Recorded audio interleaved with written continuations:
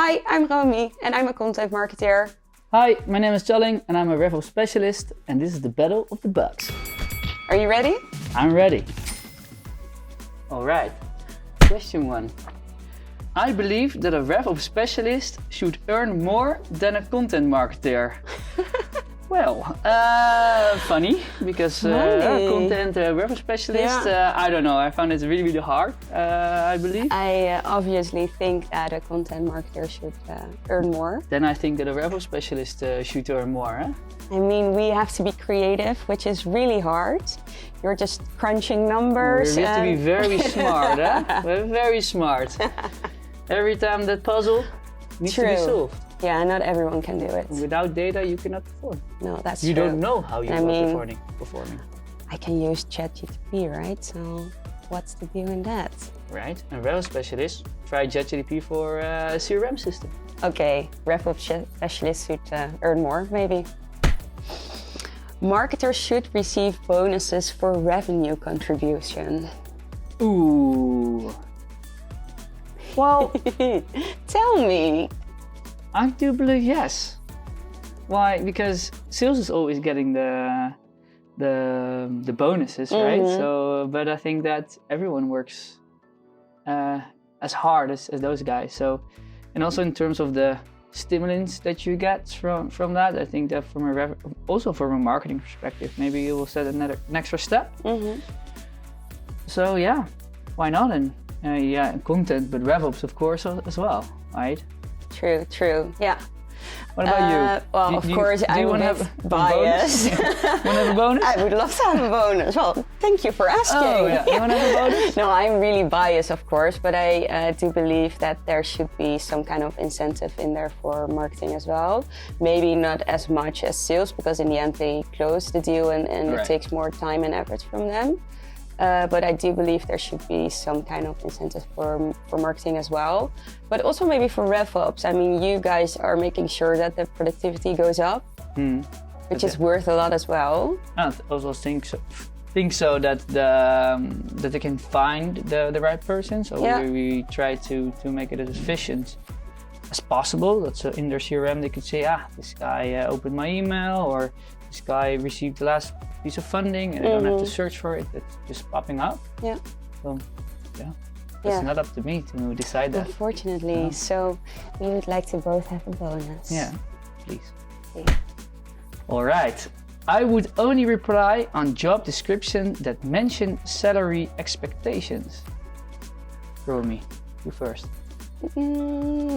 I don't think I would only reply to those, but I think it's really important, although it sounds a bit shallow maybe.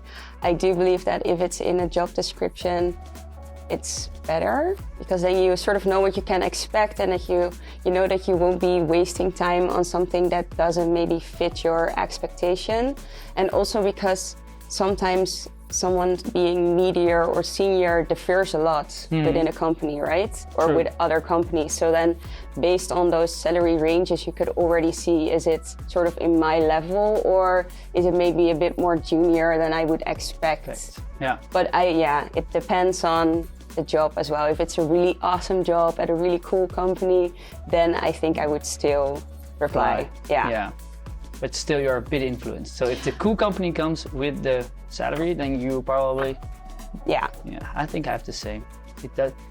It sounds so stupid, right? Stupid, but it's something that you can expect, right? You don't apply for nothing. If you say, okay, this fits, then probably I would reply faster than otherwise. Same. Ooh, I don't want my colleagues to know my salary.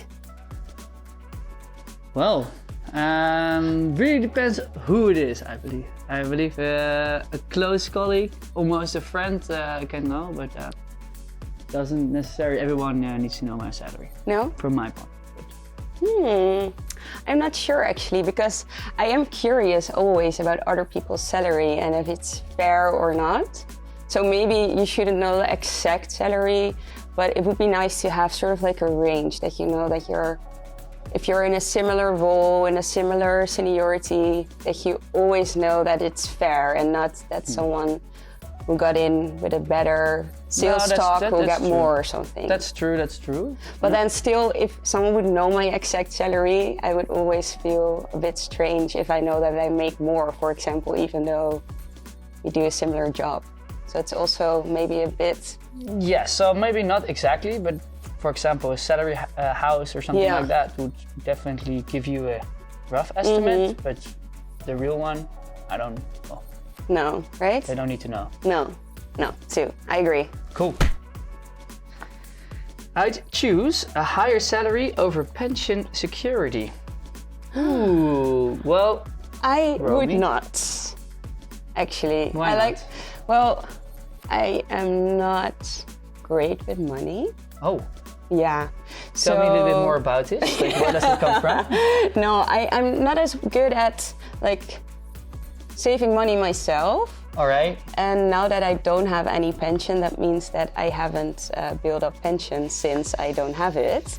So I'm not saving money myself for later. So I would like it if a company would do it for me because I'm not really good at it. So I think it would give me a safer feeling. And also as you get a little bit older, you think about it more. So now I would actually like it, yeah. Yeah, agreed. You? Yeah, I think that I would spend the money on something that I think, it's really nice to have, or I need to buy this, and when it's in your pension security, then it's there. And also I think when you start earlier, in the end it will add up. So yeah, I would go for a pension. Cool. I'm willing to sacrifice 20% of my salary to work 4 days. Ooh, interesting. Well, that depends, of course, how big your salary is and how... Like in this case, now. Oh, now in this case. No, I don't think that I would do that. Because what should I do the other day? Spend money. Spend money and still in my early career. So I don't think that I would do that, but maybe later. It could be something that I definitely would think about. Yeah. Now I don't have the financial freedom to do that. Same, yeah. Then I cannot do the things that I want to do. So for me, no. No, I think like with my life in Amsterdam being expensive enough, 20% is a lot. Right. And besides that, I think it's early in my career, so I feel like these are the times that you can just work a lot. Right? And then No when you kids, get, anything, and then when you get a little bit older, you may have kids or a dog and you want to... A dog? A dog? Yeah, important. Want to spend some time at home, I can imagine that you'll eventually do that. But for now, no. I think the gender pay gap is smaller in scale-ups than in corporates. Well, Romy? Yeah.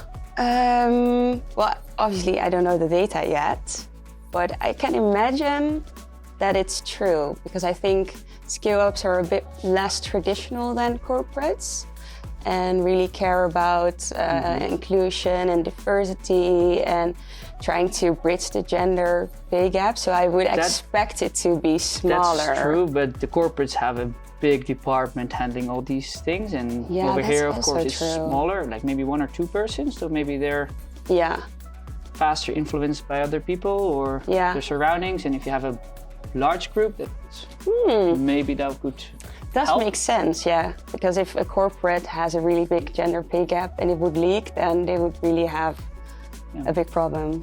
Yeah, and with scale-ups, a bit less. So could be. I think that's Let's go for corporates have a smaller pay gap. Yeah, I think so. Ooh. I'm curious to learn what it is. If I can work in a purpose-driven company such as health tech and climate technology, I'd settle for a lower salary. Ooh. I think yes, for me. Because salary isn't everything. It also really depends on if I have the financial freedom to do that. True. So if I cannot pay my bills or anything, that's a different question. But yeah, being sustainability is something I personally, I think, also enjoy. So maybe later, that's and maybe for a bit less money. Yeah, I believe that that gives me a better feeling of what I do. It would be nice. I'm not making other people richer, but making the planet better. Yeah. Would be nice. What about you? I think so too. It would be odd if I would say no, I don't want a better planet. No, I think so too. It all depends though on how much lower. Like but €1, if it's okay. Yeah, then it's fine. €1. Yeah. No, it depends on if it's reasonable, of course, and if you can still pay your bills. But I think it's important to work at a company in the vision that you believe in and doing good for the world. So I think that's worth something as well. You can still buy your wines on the terrace, you're fine, right? Right. Beers by Hoppe. Exactly. It's That's all I totally fine. need. Yeah, great. I choose a higher salary over ESOPs. Romy? I would, actually. I can understand that some people would really like stocks because you feel like you have a stake in the company, which obviously you have then.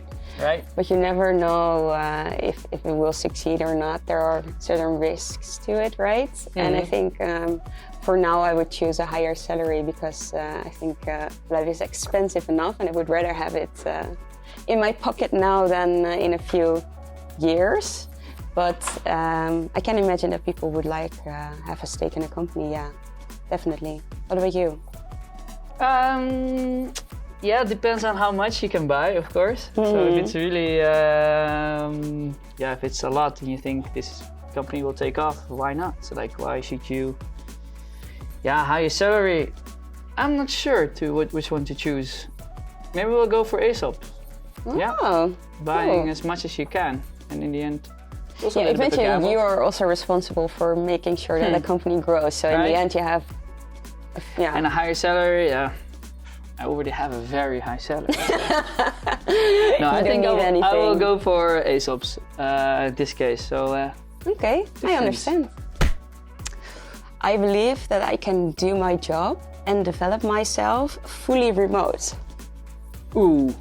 I don't think so, because when I am working from home, of course sometimes it's really nice because there are not a lot of distractions. However, when you're face to face, you see different things, you feel different things. So I don't think that I will perform better. I think the hybrid ones will sometimes work, but personally I enjoy working at the office. So maybe once every 2 weeks a day from home and otherwise in the office.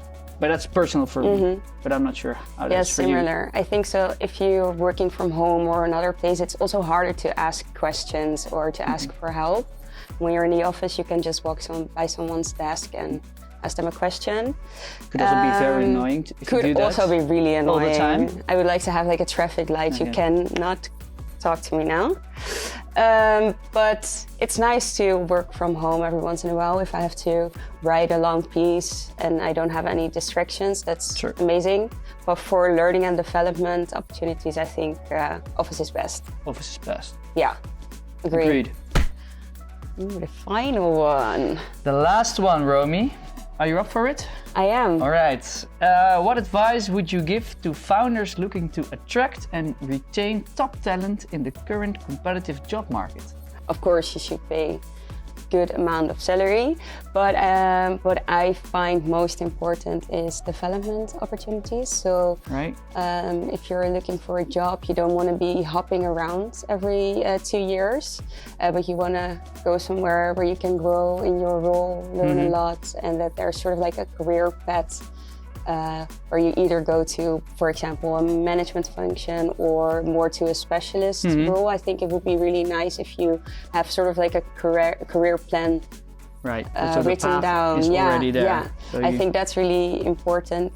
Besides salary, I think it's all about learning and developing yourself, and that's, I believe, even more important than salary itself. So I think it's good to have a solid career path for all your employees. I agree on that. I do also think that salary is important, and if you have top talent in your company, don't be shy to maybe give them a paycheck, to really a higher paycheck, to say like, hey, we really want to keep you, so this is what we're giving you. And again, also opportunity to learn, that's very, very important. And for me, I think culture, having fun on your work is really, really important. So if you drag yourself out of bed like, I don't want to go to work, it's not what you want. So make sure that it's also fun in the office. parties, right? As young people, you enjoy. So I think that there should be events coming up, Oktoberfest, ski trips. Like what we did was, of course, really, really nice. So that also keeps you at the company. Yeah, true. Yeah, that's about it, I believe. Yeah, I agree. Cool. Wow. Last one. Thanks for watching. And this was the Battle of the Bucks. And are you curious to learn more about the talent ecosystem? Keep an eye out for our newest salary benchmark report about the Dutch scale-up market.